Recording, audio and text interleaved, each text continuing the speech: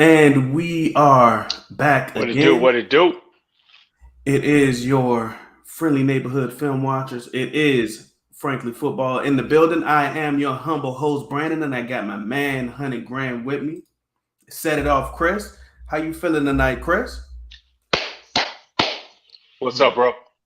Good, man. Got a little time off. We took a little Mm-hmm. time off, a little refreshing. Had to do a little maintenance of different things around the family and things of that nature. But man, we good, man. We back at it, man. We back in the building, doing what we do, man. Taking an assessment of our 6-2 Dallas Cowboys, man, and getting ready for the second half of the season, bro. You right, man. You right. And I think that the Cowboys had to do the exact same thing. They had to, wipe the sweat.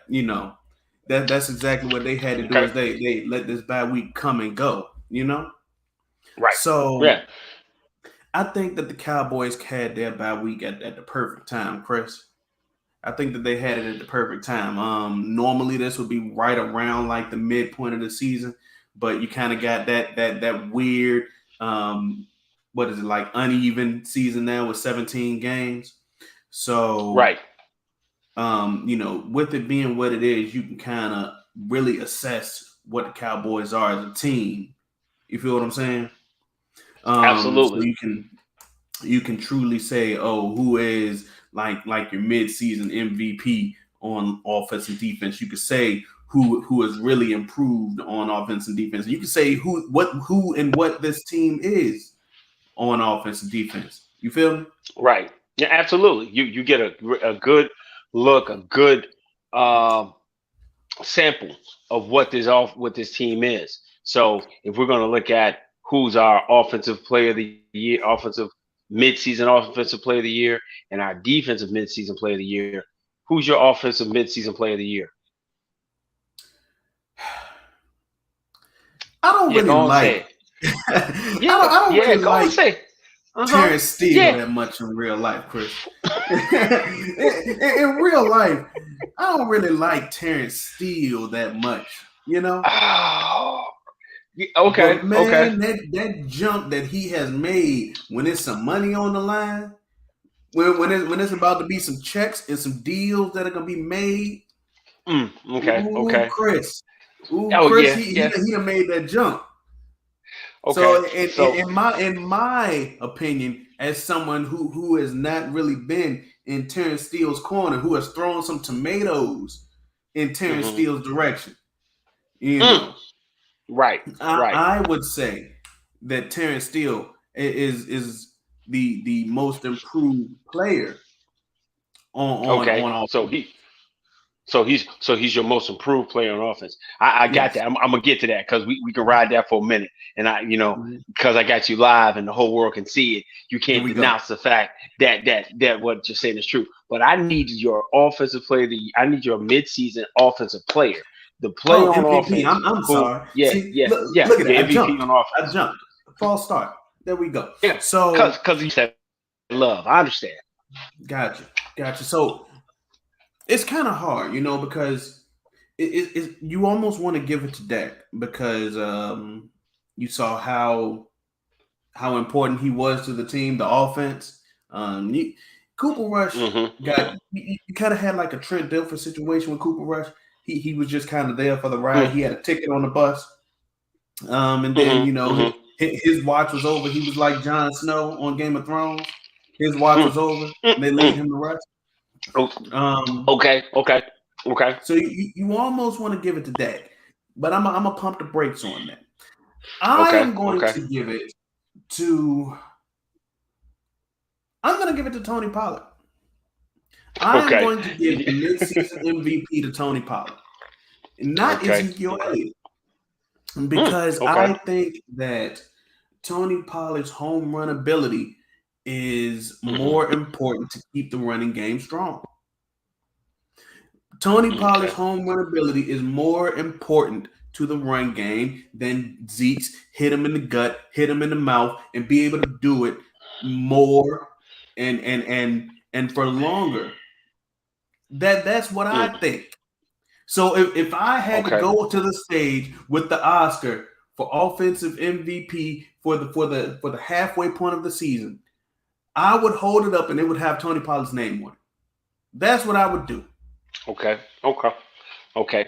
Well, okay, I'll give you that. And I slightly disagree with your logic on it because Explain. when we got Mm-hmm. together back in the COVID year of Mm-hmm. 2020, and we formed this thing called Franklin Football, I was Mm-hmm. on the Zeke is done train. I was on Mm-hmm. Zeke is washed. Zeke ain't that guy. And you hit me with the Lee Corso and said, "Not so fast, big fella." And you brought me back to the fact that Zeke had been outstanding with a 1,300-yard year, Oh and yeah. his first 4 years he was Oh yeah. amazing. So, and then as we walk through this process, the thing is Zeke is not better than Tony, and Tony is not better than Zeke, but Zeke and That's Tony right. together are an unstoppable combination. So I think that's Oh one of yeah. the top running tandems in the league. So I love the fact that you give that to Tony. My offensive MVP does not go to a player, but it's going to a Mm. coach, right? Okay. Talk It's to me. going to a Talk to me. coach. My offensive MVP is the maturation of one Kellen Moore.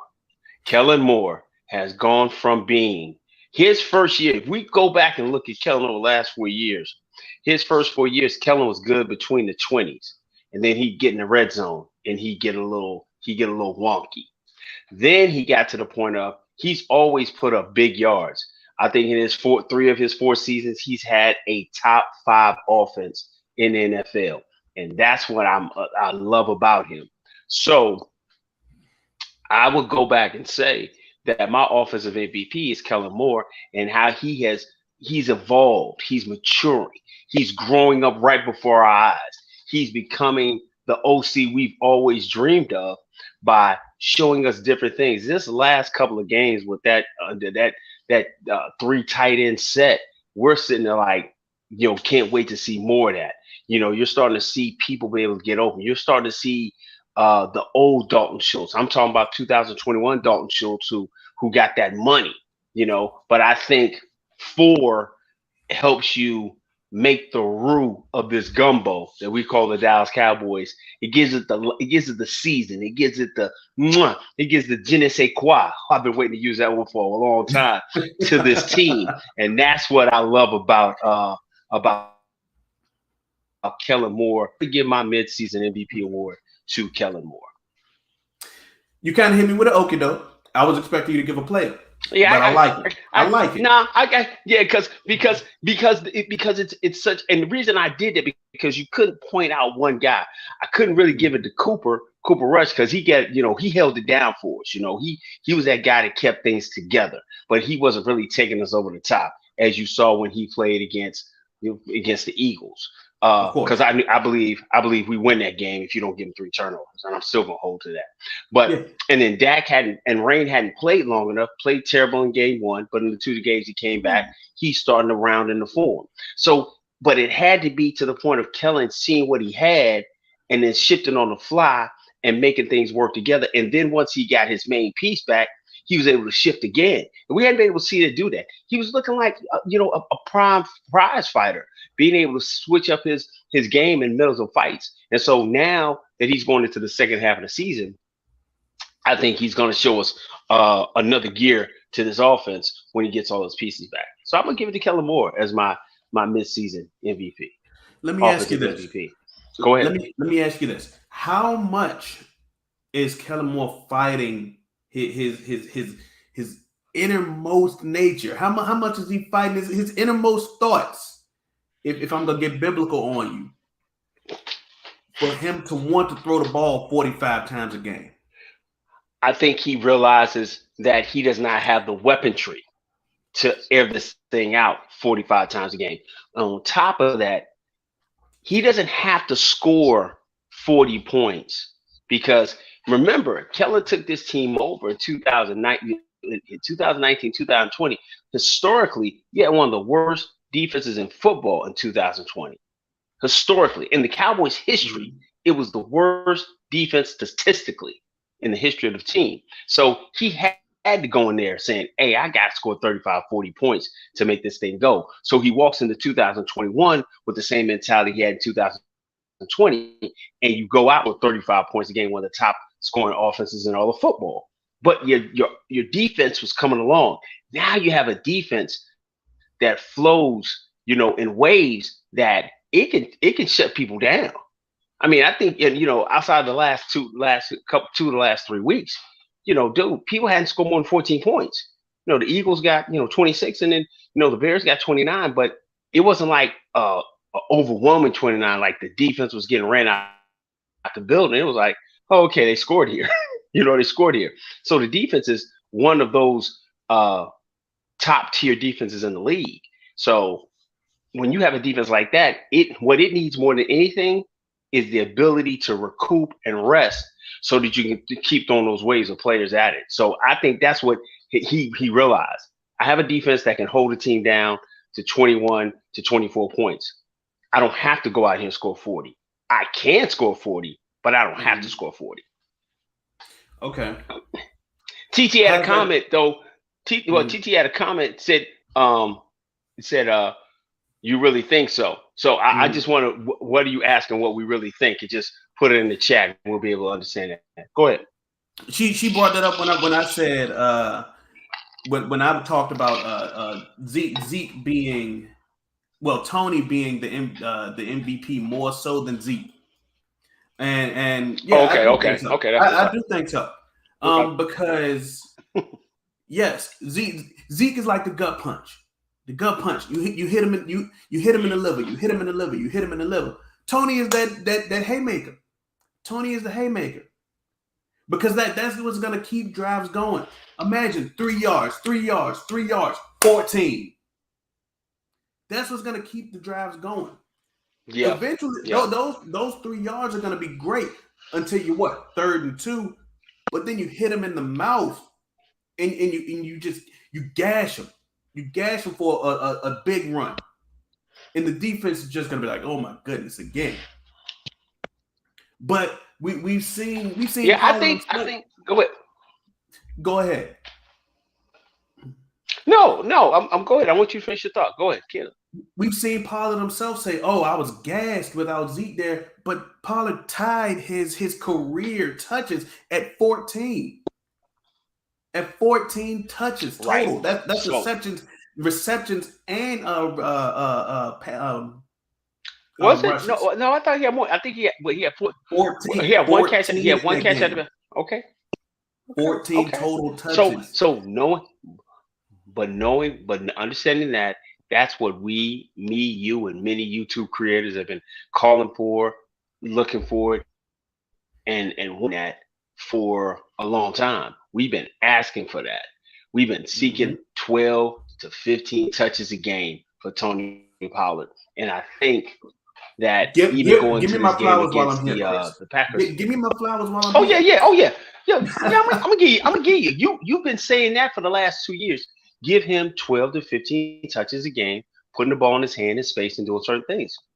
And you're absolutely right. You're spot on. So I think even going into this game against Green Bay, and we'll find out later on this week, I think you do carry 3 running backs. I don't think you give Zeke the full load this week. I think you sprinkle Zeke in maybe 8 to 10 touches.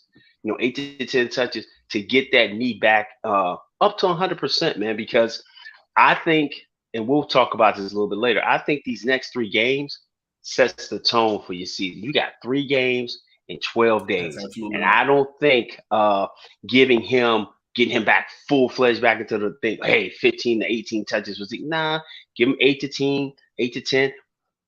Bring him Malik Davis because he's a little bit younger. He's starting to get a little feel. Let him get a little taste and let Tony do his 13 to 14. And that gets you 8 and 8 and 16 with another 14. That gives you 30 touches in the run game. 30 touches in the run game, 25 touches to 27 pass in the passing game. Balanced offense. Kellen Moore's recipe for success. You're absolutely right. This is part of that mini gauntlet that we usually have to go through. Like you said, 3 games in 7 12 days 12 days 3 games in 12 days. 12 days. And it's the Cowboys and the Lions that have to go through that every single year. So you want to kind of give Zeke a little bit of a spell through at least one of those games. Absolutely. So yeah, do you carry three in this game, or try to go through a little bit of trickery with some sweeps or reverses or what have you? Who knows? But yes, your gut punch running back. He's hobbled right now. Want to call him a gut But punch thank because that I don't want to call him a gut punch. He's like more like a steady jab.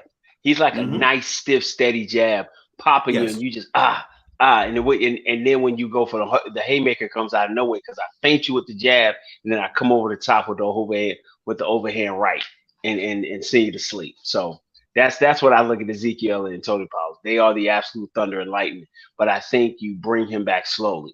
But for our offense and defensive MVPs, I think that's great.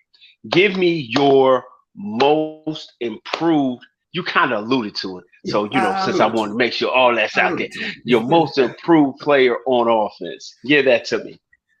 You gonna make me say it again, huh? Oh, absolutely. Oh, Terrence absolutely. Steele is the most improved player on offense, Okay. and that's because money is on the line. But here's the thing, Chris. It brings up a lot of issues. It brings up issues. Is Terrence Steele your right tackle of the future? Is Absolutely. it okay? So now you got to pay him. Now you got to Okay. pay him. Okay. Um, and I'm glad that he is, because Hmm. now you have one issue fixed in a year that you have a hole at guard. Hmm. I wish that they would have signed him in the bye week. They didn't. Okay. But yeah, without a doubt, on offense, who would have been his competition? Oh well, Maybe Biotish, but he it's didn't not do even. anything. And listen, first off, Biotish was the only competition for most improved player. First off, on offense, I'll get one. I just commend you, man, because most people get caught up in their opinions, and their opinions become involved. That they say that's just how this person is. Um, but for you to say Terrence Steele is the most improved player on the offense, that's big of you. I didn't think it was much more improvement. I think he just had to show what he did in year two and continue to build on it. And Yeah. he has been magnificent uh, as an offensive lineman. My most improved player is the guy scrutiny coming into the season, and that it is one Tyler Biotish. Tyler Biotish, was the guy that everybody's like, oh, we need to get better. Let's put Connor Williams there. Hey, let's put McGovern there. Hey, let's put the janitor there. Anybody but Tyler Biotish. And so I told you off screen.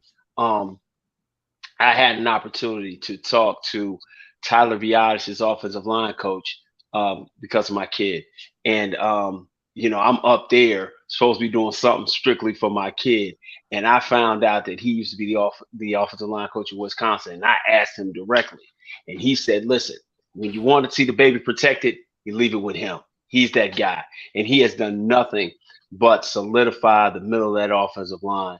And made things a lot easier and made it to the point that this running game or this transition from Tyler Smith going from left guard to left tackle and whomever they put at left guard, whether it's been McGovern, whether it's been Forniak, or whether it's been Jason Peters, he has been steady. And so when you have that, that was one of our biggest questions about this offense or this running game getting back to dominance was how the offensive line was going to play and being centered by the most improved player on offense to me, Tyler Biotish. It's done that. So my hats off to him. I always believed in him. You never did, and you were looking for anybody to take that position. Absolutely, absolutely. I think that uh, he played his way, and I'm talking about I'm not talking about Ter- Biotish. I'm talking about Talking about Terrence Steele. Steele. Terrence Steele has played his way from a turnstile. He played his way from aluminum. Oh yeah. Oh He has yeah. played Yeah. his way. He has played his way from iron. He is now Terrence Steele. He's He now he's Terrence Vibranium. Yeah. Well, He's well, Terrence Vibranium. He's Terrence whoa. Vibranium. Whoa. Easy, grasshopper. Easy. But Right. yeah, Black Panther coming soon. But Terrence Yes, has sir. played his way into a contract, and I hope that is with the Cowboys. I sincerely do, because we have a hole, possibly two, because Tyler Biotish is next year going to be in a contract year, and I personally am not sold on him being the answer. Um, Okay. I Okay. I But we think we won't that we won't you go that can. we won't go that far down the road. We won't go that far down the road. But I Yeah, understand. I draft understand. season coming Yeah. soon to a screen Yeah. near you. Yeah. To a stream to you. But yeah, Terrence has played himself into some money. So we got our Yes. most improved offense. Give me Mm-hmm. your most improved. Give me. Well, we did offensive MVP and we did most improved on offense. So let's go with our defensive MVP, and we Do really we ain't need got to to? go too far with Do that. we need to? We do. We do. Michael We have to. Parsons. We Okay, have to. Michael This is Parsons. no. First off, we must not do this. We cannot. See, this is what happens when you turn around and you hear a dope Kendrick line, and you're like, Yeah. oh, this is Kendrick. You Yeah. hear a snappy beat. You hear snappy, lyricists by Drake, and you're like, oh, this is Aubrey, right? See, Yeah. you'll get, and I'm gonna take this from our homeboy Voch. You cannot get numb to greatness because you Mm-hmm. see it all the time, and then you turn around and look and say, oh, that's just Micah. Micah Parsons has just been an absolute uh, do it all. I'll put me wherever you need me, and I'm gonna go make plays type of guy. He is Mm-hmm. he has been filling in for guys getting acclimated to the system, and but he's still not dropped off in any phase. And his hustle and tenacity and just go get it has been amazing. He ended up helping us in that game against Detroit when his play of chasing down the screen, and then to turn around and rush the passer in the Chicago game, turn around and make it back to secure the fumble, and then had the withal to turn around and score a touchdown. Just put him to the next level with me, man. Micah Parsons has been Absolutely. an absolute godsend.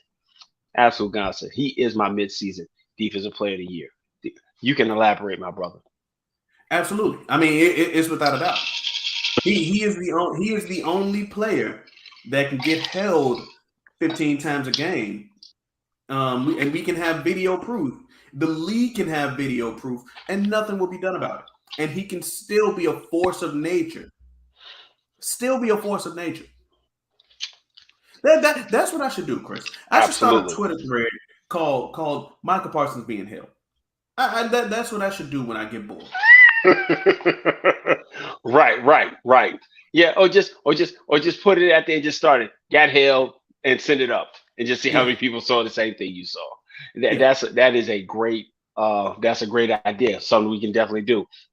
Put us out there, and that's a good deal. But he's getting held all the time. yep. He's speaking his piece, but he's still being a force because the lion lives outside. He's relentless. He's everything you would have ever imagined and wanted. And the only thing about it is that you can't pay him until next year, and you already got money set aside to pay him. There is no question that you're gonna pay him. You can pay him Um, after 2023, I think. yeah, you pay him after next year. Yeah, Yeah, after you pay him 2023. after next year. Right, there's no question with that. So we did our defensive MVP. Who's your So Most improved on if he's your defense? defensive, huh? You talking about who's my most improved on defense? Most improved on defense. Most improved on defense. Who's your most improved Dorrance player on Armstrong. defense? Dorrance Armstrong. Boom, my man, my man. Yes, sir. Yes, sir. Elaborate, my dude. And Dorrance Armstrong is everything that you were looking for from Randy Gregory for what, a third the price? Oh, wow, Without wow. any of Speak on the it. alleged weed troubles, without even having to worry about the weed issues anymore. Even it's legal now, so let's And let's not let's playing, not. yeah, Yeah. exactly, without even having to worry about that anymore because it's not an issue in the league anymore. And he plays well. Randy's injured, but he played half of the snaps that Randy Gregory did. Dorrance was playing in the last game against Against Chicago, Dorrance played 39% of the snaps. Lawrence Armstrong has 5 sacks this year. Yeah, yeah, yeah. I think you hit the nail on the head, and I kind of overlooked Dorrance in that, but Dorrance has been my most improved guy. He did the one thing we have been crying for Randy to do, outside of the hey, you're that guy. In the offseason, we were like, man, why Dorrance ain't even practice? Dorrance need to practice. No, Dorrance don't need to practice because Dorrance come in and he's a wrecking ball. Yeah. So I mean, and Lawrence he, may end with he's a double-digit sacks this year. He may possibly end with double-digit sacks this year.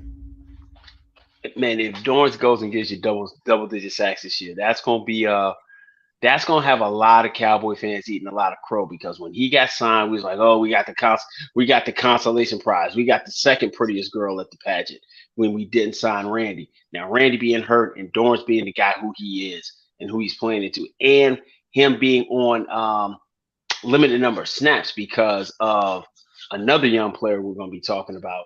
Um, that helps out a lot. So yeah, he could go. He could go, and also because he's a core special teamer as well. That's it's just the versatility of Dorrance Armstrong, and he does win our midseason most improved player on Absolutely. defense Without a without doubt, man. question. So we've talked about who we like, MVPs, defensively. We've talked about who's our most improved offensive defensively. But for every good, brother, there must be some bad. So let's talk about our most underachieving, the guy who has our ire, the guy that we sit up and be like, man, why this dude even on the team? Who is our most disappointing person on offense? Who's your guy? Jalen Tolbert. Um, and Mhm. it's only mild disappointment, but I got to think about it like this: Miles? the Okay. expectations for Tolbert were high because of the Amari Cooper situation. If Amari Cooper were still here, Jalen Tolbert could have been a regular third-round pick. He could have just been a regular kid. He could have just been a regular kid, sat down at the lunch table, ate his lunch, went to class, went to the film room, went to a game, and developed normally. But because of the state of that receiver room in the offseason around draft time, and before the Cowboys were 6-2, before the Cowboys went out and won 3 games with Cooper Rush and had a run game and a dominant defense.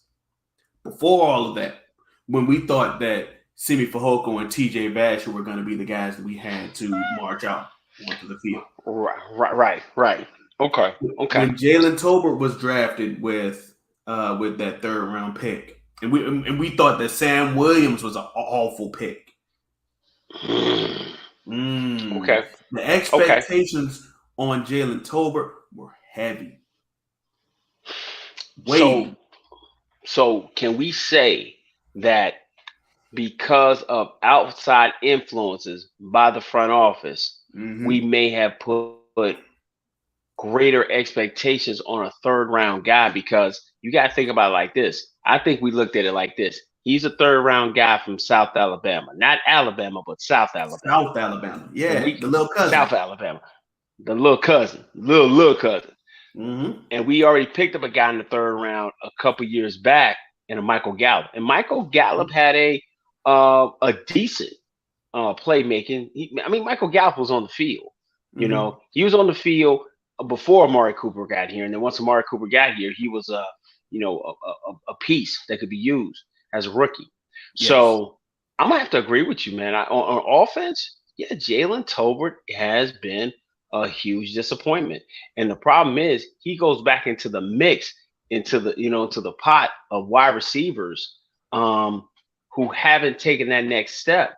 Because now you got Simi Fahoko there. He's a guy you thought could big 6'4", thought with speed, you thought he could make some plays. I don't know what it is with Vasher. Vasher's maybe a special teams guy or just a camp guy. You've been looking for another guy in the wide receiver room to kind of make another step. And Yeah, it's disappointing to have your third round pick giving you like maybe 18, probably 18 snaps in the Chicago game and nothing offensively. It's terrible. So I had to give you that. That's my most disappointing player on offense, without question. Now, now I think that it evened out once the season got here, and after week one, after week one, because the panic button got pressed during week one. Um, After the team kind of evened out, the run game and defense saw some success. Jalen Tolbert, of course, hasn't seen much play. When he has, obviously, he hasn't seen much success. But due to his rookie woes, he had to fall back a little bit. I think that now they put him in a rookie's place, which is probably needed. If we're being honest, we got to be honest with ourselves, you know. Um, so But the problem is, go ahead. things have adjusted. Um, so now, as we saw in the off season, where we had such big expectations on him, now I think things have shifted back in the other extreme. Where do they have any expectations for him at all now? And I think I, not. well, I put you like this. I think he's going to have to mature the way we're 8 games in, and because of lack of movement by the front office, in my opinion, I think you put him in a place where if he's called upon to do something, you're kind of worried about it. But you still have Simi there. You've got Noah Brown coming back off an injury. Excuse me. So I think it's going to be okay. But because the Cowboys do not participate fully into free agent, not that they don't participate fully into it because they hold draft picks with such high regard. Because as always, Steven will never go away from his philosophy of young, talented, and cheap. He's going to always want to hold on to draft picks, and that's going to give most guys their first year um, the ability to come in and hopefully be able to show improve. But I think it's a huge task to ask a person to go from the college game to going to being a full fledged professional, especially at a skill position when he's not drafted. He's not one of those upper echelon first and second round players to be able to do it. It can be done, but it's hard to do. And Yeah, especially when you're walking into a receiver room when you don't have um, a vested veteran like an Amari Cooper to kind of walk you through the process of what you need to do. You got CD who's been here. This is his third year, but this is his first year being the guy. Michael Gallup is out with injury. So I think the situation that Jalen Tolbert was put into, it didn't aid him to getting off to a fast start as a rookie. But absolutely. because of the need and the desire to have a productive wide receiver room, it put more pressure on the young man. But I think he'll be the better for it next year, without question. Yeah, I agree. I definitely agree. I think, and receiver is one of those positions where guys can develop. You don't necessarily have to have it right off of the bat. So I think that he'll be able to benefit just to have some time to just grow physically and and in his game. Yeah, So yeah, just give the kid a little bit of time. You absolutely. know, maybe Give him a little they time. Give bring him a little time. if Yeah, I they think bring it a should be guy fine. in if they bring a guy in off of the street, you know, maybe he'll have a little bit more time than previously needed. But yeah, but we're gonna get into that too. So now we got our most disappointing offensive player. Mine, we got, but even though as great as the defense has been, um, my most disappointing defensive player, honestly, coming off last year, is one Anthony Brown. Mm, And I put that on Anthony Brown because of the way he played last year. I think Anthony Brown had one of his career years. I think he had maybe 3 interceptions last year, one something for a like that. pick six.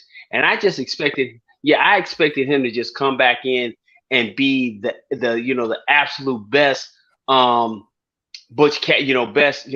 Sundance kid to my Butch Cassidy on the opposite side with Trayvon Diggs. I expected him to be like I am to you. I expected him to be a great Robin, a guy who just came in, did his job, was stellar on that side, and made it to the point. If I'm gonna get picked on, people ain't gonna get no work over here either.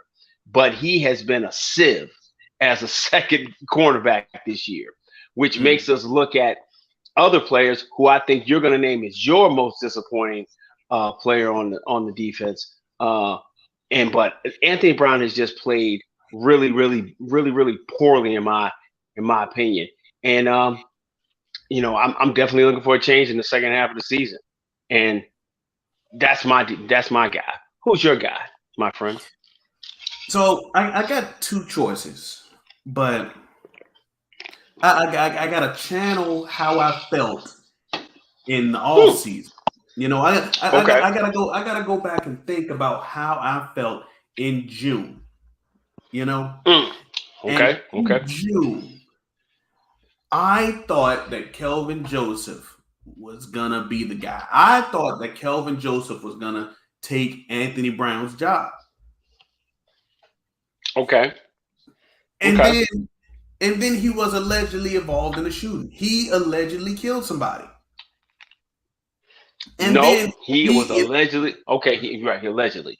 Yeah. yeah Yeah. He was allegedly allegedly yeah, and then because somebody lost it. he had to Somebody lost life. somebody lost their life. Exactly, somebody Right. lost their life, and a car that was his was involved. Right. That is not Right. alleged. That is not Yeah. alleged. A car that That's was his fact. was involved. Hmm. So as a result, he had to disavow or disown the name Boss Man Fact. His name is Kelvin. Um. Okay. So Okay. now and since then, Kelvin's chances at taking the cornerback job opposite Trevon Diggs seems to have diminished greatly. I don't think that Hmm. his head was in the right place. Um, I don't think that he was focused on the job, and yeah, it never seemed to click for him. It never Okay. did. Now, granted, Kelvin Joseph is a special teams dude. I'm not gonna say an ace. He's a special teams dude. He does well on special teams this year. Um, Hmm. but how Brandon in June, if Brandon had to go and pull a time heist like Avengers Endgame, and I had to go back to the month of June, oh, I was caping for that dude. Oh Right. man, come, you know, it would Okay.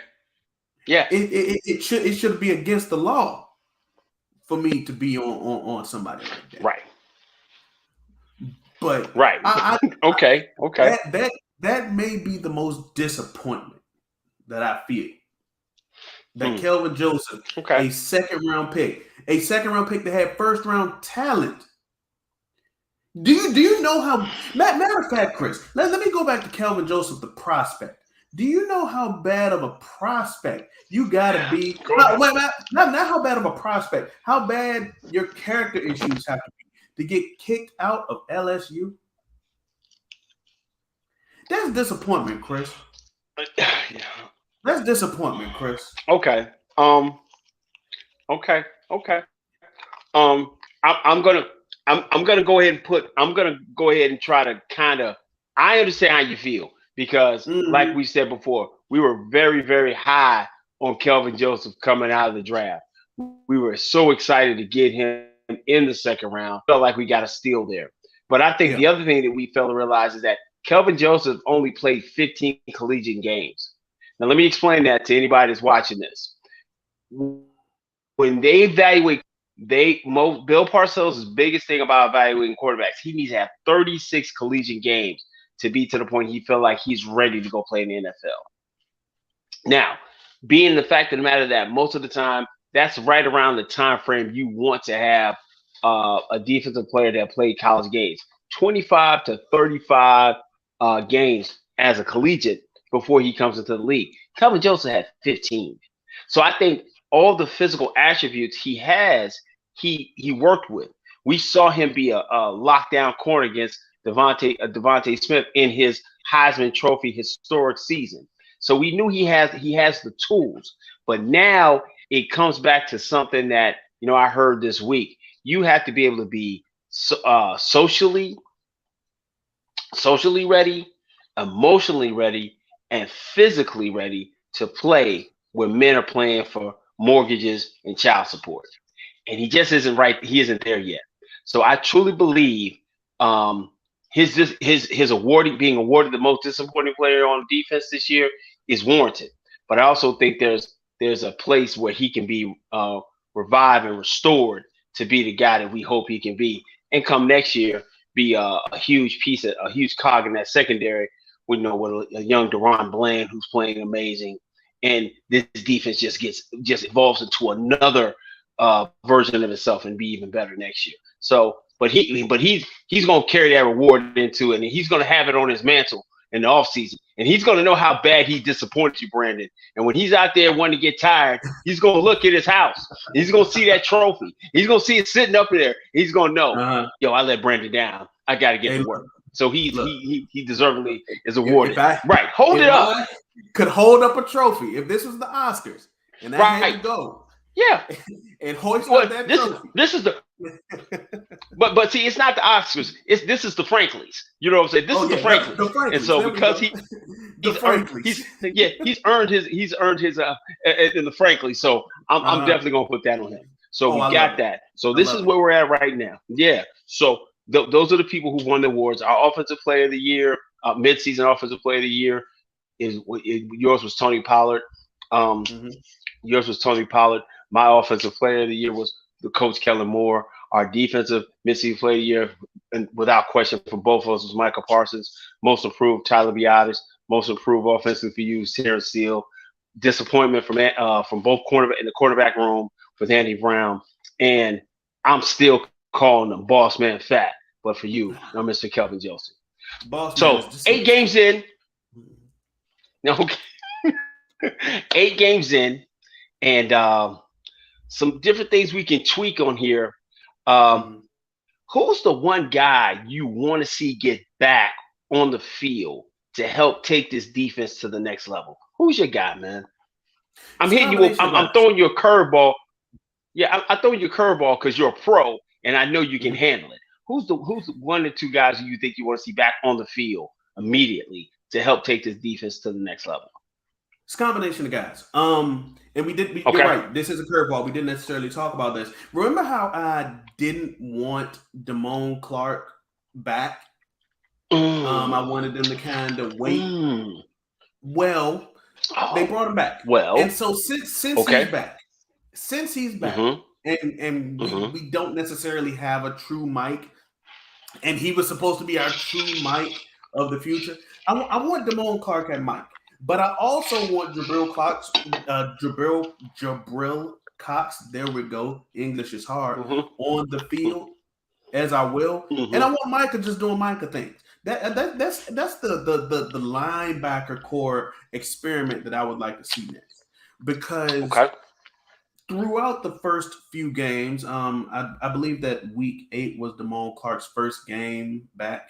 Absolutely. Wrong. Yeah, his first game. Yeah, his first game ever as a professional. Yes, absolutely. But we have struggled finding a Mike linebacker. We've put LVE there. We've put what is? Say his name. Say his name. Say his name. You know his name. Go and say Swiper no swipey. Swiper no swipey. Go and say it. Say his name. We put Luke Gifford there. We put Anthony Barr there. There we go. That's who I struggle with thinking of. But we put a lot of guys there, but we struggle with finding a true Mike. So since Damone Clark is back, let's throw him in there. And I genuinely want to see him alongside Jabril Jabril Cox.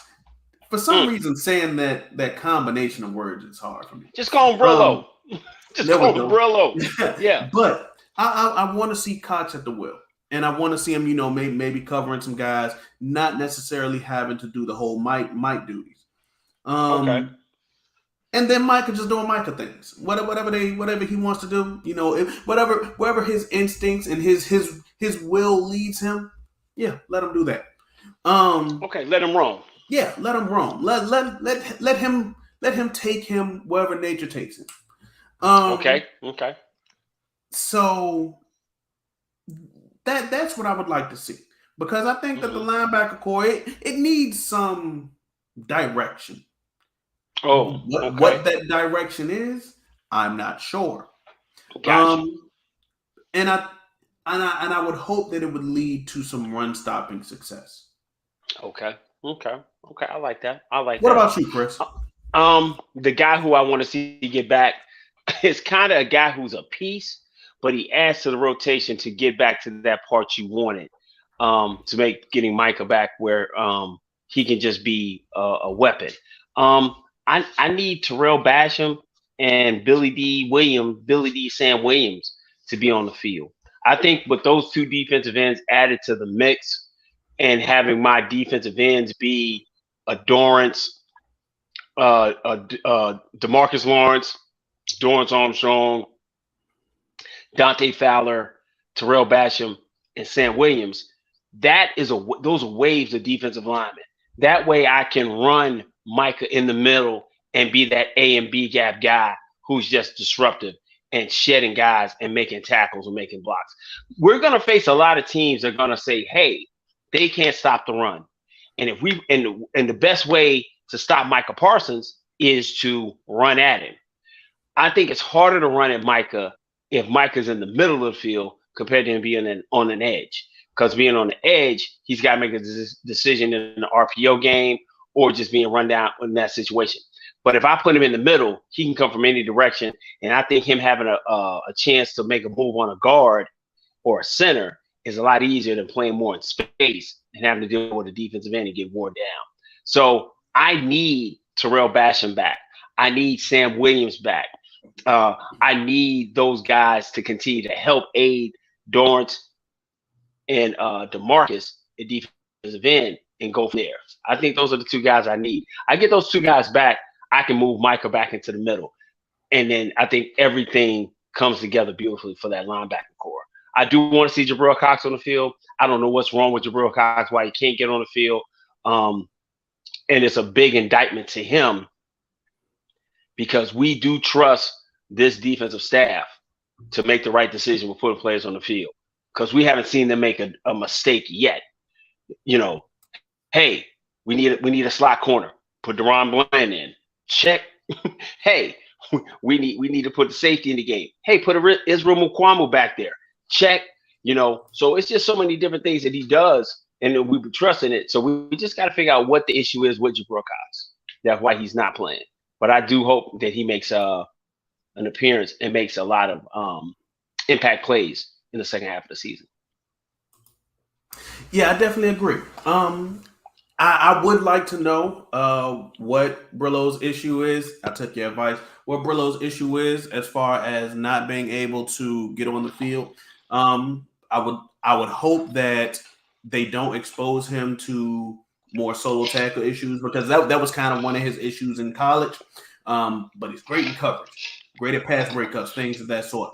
So Right. keep him in coverage, but don't expose him to more like run stoppy, tackle in the field, issues, situations like that. Um, but just if you can get him in coverage, swat a ball down, things like that, cool. That'll be a situation where you can succeed. I just think for him, this is the one.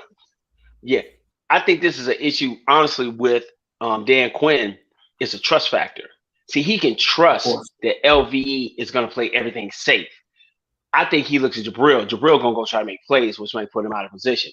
And so Dan is trying to play it safe, where Dan is trying to make his defense safe and sound. LVE does that, but we want to have more explosive plays against the run. So I think adding a Damone Clark, who's a missile, who's athletic, who wants to run around and make plays, and add Jabril, and then be able to sprinkle Micah wherever we want to all over the field. I think that's the direction that I would love to see it go. Absolutely, I definitely agree. Um, how do you think that the injury to Jordan Lewis kind of affects that? Because Deron Bland is another. I believe that he's bigger than Lewis. Lewis is what 5'9". Man, come on, you Exclusively, being generous. Yeah, yeah, yeah, a slot corner. Yeah, he's a yeah. slot corner. Listen, man. Uh, And there's a song. Bland is on the generous side of 6 foot. So how do you think that Right, size right. difference is going to play into that? Well, I'm gonna age myself. Um, the before there were great composers like uh in this day and time, you got guys with like Dr. Dre and stuff like that. They were great composers. You needed a beat, you go to Dr. Dre. Before then, there was a guy named Quincy Jones. Quincy Jones had on his Body Heat album. It's a song called "Everything Must Change." Beautiful song, but the song says the young become the old and mysteries do unfold, and that's just the way of time. Everything must change, and I truly believe that Deron Bland coming here and being that guy that Jordan Lewis has pretty much played his last game as a Dallas Cowboy.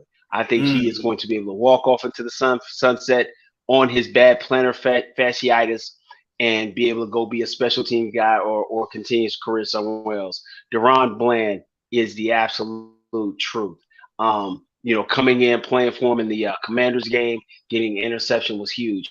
But the one thing that was kind of overlooked, there was a play in the Chicago game, but he was beat, and it was to the point that was going to be six. And he made a great play on the ball to make a great breakup and keep the Bears from scoring. So I think Deron Bland is just going to get better and better as he continues to play. And as that third corner, I think he can evolve into one of those premier nickel corners that teams coveted, and that we can put him inside this team and stay in a base. So when we go, like most teams do, we play in the nickel. He's going to be an effective player, not afraid to tackle in the run, and just a force and a guy who's good in the pass game. So um, he's going to. I think this is it for him. I think he's got Wally pipped. I think we'll never see Jordan Lewis again. And but I won't knock the fact that he's been a great Cowboy in his tenure with us. Yeah, man. I think that Lewis's size did kind of limit him to the nickel. Right. Being what 5'8", 5'9", and like you said, that's being kind of generous. Ah, what wasn't in his favor. Deron Bland Right. being what 6 foot 6'1", the nickel may not be the ceiling for him. We Mm, if he plays well, who knows? Anthony Brown may yeah. have to watch his back. Who Right. knows? Right. And and Yeah. and And let's say this: Anthony Brown did a lot of great work in the nickel. So absolutely. Absolutely. so to say this, with we could see a swap in the future. You never know. You never know. Um, Got you. but you want to talk Packers? Oh, without question. Oh yeah, we've got to talk about uh the most Um, disrespectful football team on our schedule mhm, thus far. See, I have a bone to pick. I have an ought with the Green Bay mhm. Packers. Last year Talk to during him. our season, yeah, when we were preparing and for the playoffs, and we were ousted by those pesky 49ers. The young coach Matt LaFleur said we didn't even prepare for the Dallas Cowboys. We knew they were going to lose in the first round. Disrespectful. So I take offense to that, my friend. I have a charge against Matt LaFleur. So now coming to this week where my main man, Freaky Money Mike, was ran out the building. Said he was a derelict. He was a massage guy. He didn't want to coach. And, you know, Mike has done nothing but, he's given me a 12-5 season and got me a 6-2. I haven't been 6-2 with this franchise since the 1994-1995 season. That was the last time the Dallas Cowboys were 6-2 in back-to-back seasons. Mike McCarthy has coached his behind off. So it's only fitting. It's only right. It is only fair. It is only just that we go to Green Bay, okay, on prime time and officially in and put the Green Bay Packers into draft season. And I just want that to happen. I cried many a tears on the catch, no catch. I was upset. I am wearing. I'm not sure if you can see. I'm wearing Dez 88. I can see the Dez 88. Yeah, that's the 88 that I'm wearing today. Yeah, that's 88 you were wearing. I've been in many a fight with many Cowboy fans saying in that game, we couldn't tackle a one-legged man. So I really want to put it to work on Aaron Rodgers. That throw that he threw on the sideline in Cowboy Stadium in 2016 that ended my season, I haven't gotten over that. So I want the right and the opportunity to send Aaron Rodgers home on Sunday with a resounding thud. I want the world to see us go to Lambeau and put foots to him on national TV. That's how yeah. But they are a beat down, bruised, and beat up football team, and I think it's the perfect. That means not a single thing to me, Chris. That means not a single thing to me. You have no pity on them, none whatsoever. None. Okay, none. I hope that Michael Parsons leaves there with 6 sacks. Oh my God. Himself. Oh my God. What? What? I hope that Trevon Diggs leaves there with 3 interceptions. Oh my God. What? You on some Madden. You on some Madden cut it off in the first quarter type stuff. Yeah, I want zero mercy, Chris. Okay. Because okay. For many years, like you said, Aaron Rodgers owned real estate in Dallas. I hold grudges, Chris. I hold grudges. Yeah. Okay. When I see certain people, my face just ball up. And Aaron Rodgers and the Green Bay Packers are one of those people. Okay. One of those groups of people. So when I think about the Packers, the state that they are in right now, okay. I cannot in goodwill take pity on them. Because the last time that we took pity on them, Aaron Rodgers had one leg. And then he threw a deep ball downfield and sent the Cowboys home. That is what happened the last time you took pity on Aaron Rodgers. Yeah. He has been nothing but spectacular when he's played against the Cowboys. So absolutely. He's won 7 of his last 8 games against Dallas. Yeah. Wow. So the only time we beat him was in 2016, huh? Of the last 7 of the last 8. Yeah. That was Dallas has beat him twice, but 7 of the last 8 he's won. Yeah. So it's time to give him that work. So I think the Green Bay game, we'll probably be able to get back and forth, but I really think they're beat up and bruised. But I want this to be a game where you send a message, but you also have the ability to get some people some work and to get people out.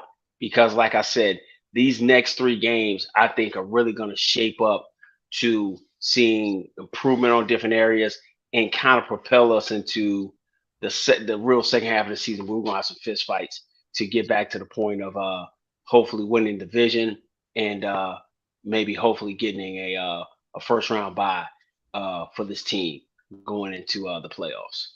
I don't think that's too far fetched. So anybody who's listening, anybody who sees this, anybody who gets shared this, I'm telling you point blank right now, I still think the Dallas Cowboys will end up being like 15-2, 14-3, and being able to win this division. And I think it's going to be these next 3 games are going to really show us how we're evolving and creating mismatches in different areas for teams that we're going to definitely be a problem. Yeah, I agree.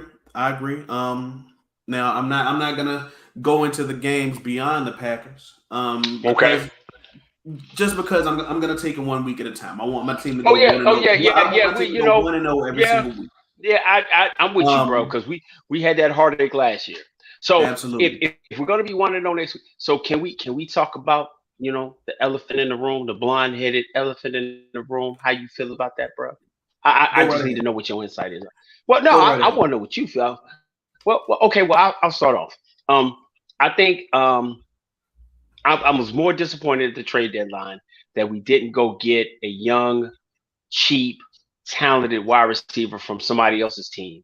Uh, I wanted Jerry Judy from the Denver Broncos. Um, I'm a huge route running fan guy, and Alabama has the ability of going and developing those guys.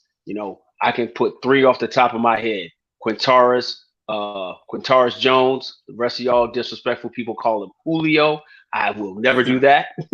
um, Amari Cooper and Jerry Judy. And I think Jerry Judy would have been a great asset here as an outside route running guy and moving CD Lamb in a more favorable position in the slot, being an option route guy and being that guy who he is. Um, but now we have uh, the mercurial, well, not so much more mercurial, but the often injured Odell Beckham. And he's a person that we don't have to give up any draft picks. And because, like I said, the Cowboys don't deal with free agency, they have to hit homers in the draft. And if you look at the last 2 years, they've got 6 to 7, maybe 8 players, maybe even more. We'll probably have to do a show on that. Out of players out of the draft who have come in here and made a difference and made an impact. So they hold those draft picks like they're the Willy Wonka golden ticket. They got to hold on to them. So I think bringing Odell in gives you some oomph, but you have to realize this guy's getting a second um, reconstructive surgery on the same knee of his ACL. So the question is, how much do you expect from him? I don't need him to be one-headed catch New York Giants Odell. Those days are gone. But I do need to be a semblance of a threat on the outside or a threat on the field that you have to pay attention to him. That defensive coordinators have to shift to him. Because ain't nobody shifting and staying up late at night for Noah Brown. Nobody. Not at all. Nobody is going, nobody is calling their wife and saying, hey, baby, put my stuff in some aluminum foil and stick it in the oven, for So we so James we can game. Washington, for game plan for James Washington. So I think what's going to have to happen is getting Odell. He's going to be able to help take this offense and give it a little bit more oomph and, Mhm. give us a few more weapons. I think we have decent weapons. I think, Peyton Hendershot and Ferguson are great. I think Dalton Schultz with Dak is a problem. I think CD and Michael Gallup now getting to the area where I thought he was going to be more effective week 10, 11, and 12. He's going to be good. But I think if you bring Odell in, get him inside the system, get him with Britt Brown, and get him working in and getting him into shape, I think he could be the difference factor in December and January to get us where we ultimately want to go. I agree with you. Just like you said, it's not necessarily about him being the guy. It's about whether Right. DCs have to game plan for him, whether they have to think, okay, is Odell gonna catch this slant and take it from 25? Oh, They're not thinking about Noah Brown. They're not thinking about Simi James Fahoko. Washington. Yeah, James Semi Washington. Fahoko, Yeah. unnamed receiver number 4. They're not Yeah. thinking about any of those guys in that manner. Right. For Right. the simple matter that they have to think about, or they possibly will have to think about Odell Beckham in that matter, that is what could make him important to an Right. offensive team. And Yeah. that's why it's worth it to bring him in. Mm. Yep. Um, for just for his ability as a guy in the slot, I'm not saying that he's only a slot receiver, but for his ability in the slot, yes, he's better than what any other receiver on the Cowboys not named CeeDee Lamb in that position. Oh yeah, without question. Any I other think one. yeah.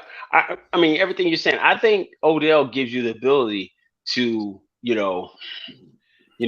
make you look. Taking a little phrase from Nas, and Yeah. then having to be to the point where you maybe can unlock or get some stuff with Cavante Turpin. Imagine you come out there and you fake something to Odell, and then Cavante Turpin slips underneath, and boom, now you got that Joker in space. I mean, it's some possibilities to make you look give you some little misdirection and get people in space with the ball. So, um, but our biggest thing is now going to come down to the one guy we don't ever want to have to make the decision. That's Steven, because Steven's looking, how to count the pennies, and so I don't want to get all hyped, because I was hyped on getting somebody at the trade deadline. I was hyped. I was refreshing my Twitter over and over and over. Me and you was going back and forth seeing who got what and who went where. So they sold us a brick of drywall, Chris. Say what now? They sold us a brick of drywall.